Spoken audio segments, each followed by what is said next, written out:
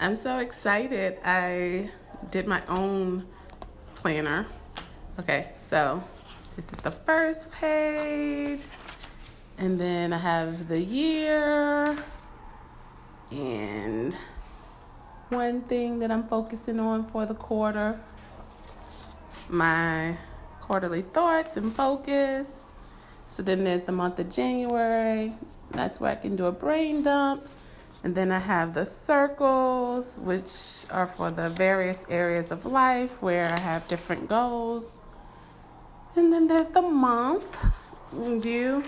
And then each week I have my weekly thoughts, the main areas that I'm focused on.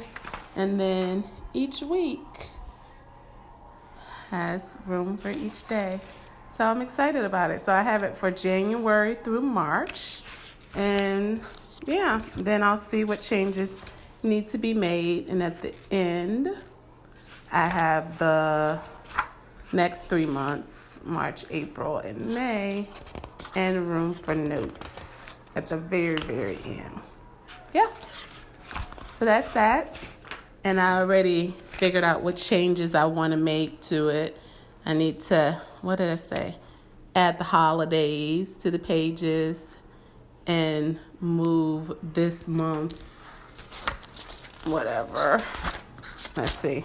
This month's 30-day challenge. This needs to be moved over.